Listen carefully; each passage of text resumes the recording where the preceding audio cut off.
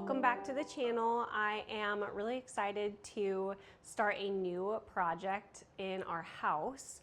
I am going to be redoing this closet, and it already has been partly tackled. We did have my father-in-law make it into an archway. It wasn't before. It was like very tall, even taller than the door frame here that goes out to the garage. And I just didn't like how like the front door and the garage door were the same height, but then this closet was super tall. So I had him bring it down and turn it into an arch. And all I've done so far is just prime it white. So I really want to make it like a feature when you first walk in, because it is the first thing you see when you walk in the door. And it also needs to be functional because it is a place where we're going to store all of our coats, shoes, possibly purses, like bags type things like that. So I want it to be really beautiful, but also really functional. All right, so my idea for how I'm wanting this closet to look is along the lines of this sort of vibe. I really like the look of the wallpaper along the front facing wall. I found some really beautiful wallpapers, but I can't spend like a lot on this closet. The budget for it is not very large. I could also do a stencil, which I have seen people have success with. I have painted like faux wallpaper at our previous house. I did it in a closet, but it was just like dots, polka dots, black polka dots on a white wall. So I think that if I were to do this stencil technique, it would be more challenging because sometimes the paint like seeps behind the stencil and that gets annoying. You have to like patch it, touch it up, whatever. So I did though find this stencil, which I'll pop up on screen. It's very classy, but it's also a way to bring in some texture and movement into a space. So I think that I might attempt this. I really like the look of it. It's gonna be way cheaper than buying wallpaper. So I think that's what I'm gonna do. Is it going to be complicated? Probably. With this stenciling technique, I think I'm still gonna have to skim coat the wall because it's textured, and then the stencil won't like lay flat, and then it'll just cause more problems. The next steps would be getting the dimensions and figuring out how to build this storage bench. So I want something that's going to lift up. We can put shoes in it, also be able to sit on it to put on our shoes. So yeah, that's gonna be the hardest thing I think for me, is trying to figure out how to build a bench.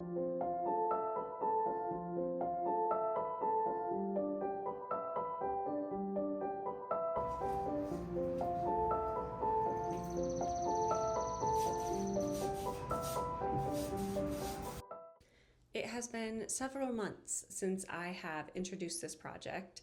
I ended up getting pregnant and dealing with first trimester sickness and exhaustion, having no motivation, barely could get out of bed. So I'm just like getting around to having the motivation to do this. And yeah, so we're here. First off, I skim coated the textured wall so that I could apply the stencil. That's what I've decided to do instead of wallpaper, because I just cannot pay like that much for wallpaper. So I'm doing the stencil route. I'll paint it on, and so yeah, I've skim coated this. I have also primed it. So it's all ready to go. I just need to decide on these paint colors. I asked ChatGPT to kind of paint swatch this area from a photo that I took, and that was very helpful. I also have ordered the stencil, so I had them add that in there as well, and kind of got an idea for what the bench and shelving might look like. Let's walk through these paint colors. I'm not loving this one right off the bat. This is St. Martin's Sand by, I think it's Benjamin Moore. So I don't love that one. This color here is actually the lighter version of what we have painted our kitchen cabinets, which are right there.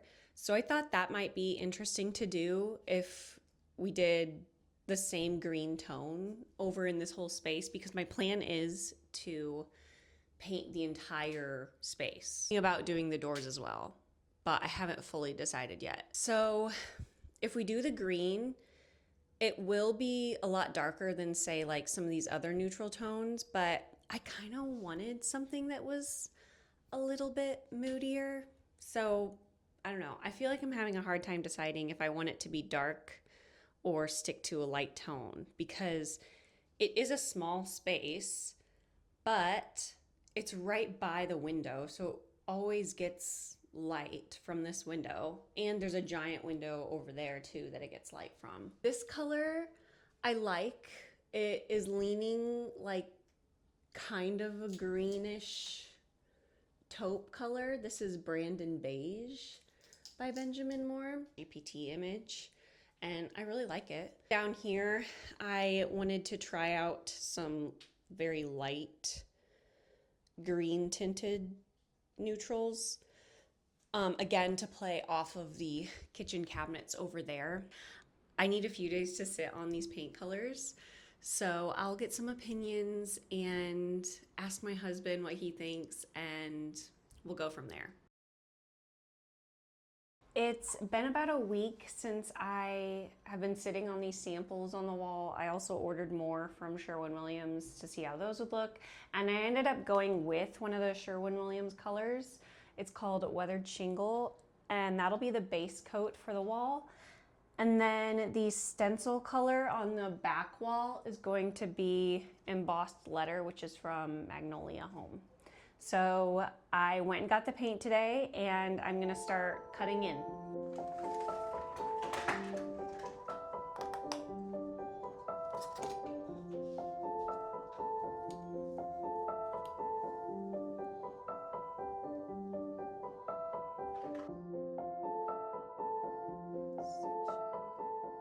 I got it in a door trim and cabinet paint because this is essentially like a mudroom here.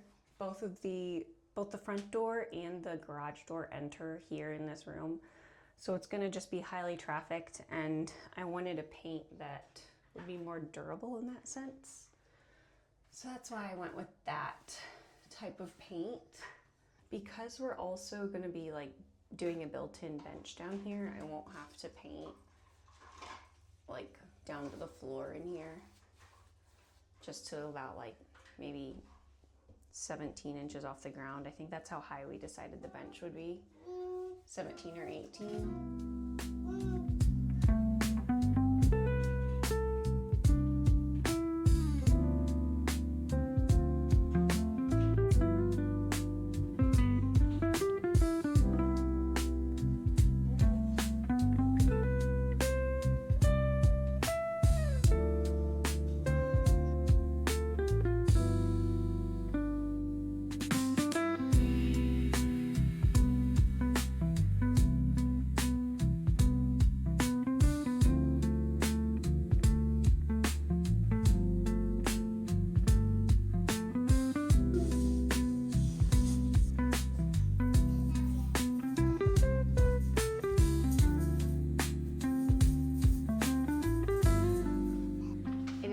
Next day, I have painted the base color.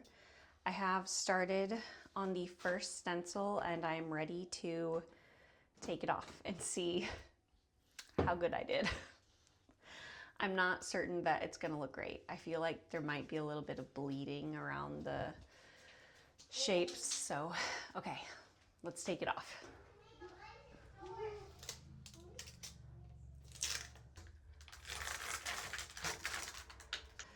Okay, how's it look?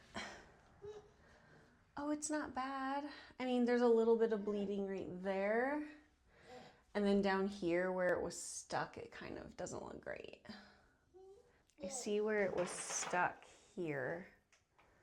It like peeled off paint down to the primer. So I will definitely have to like touch up those areas with something.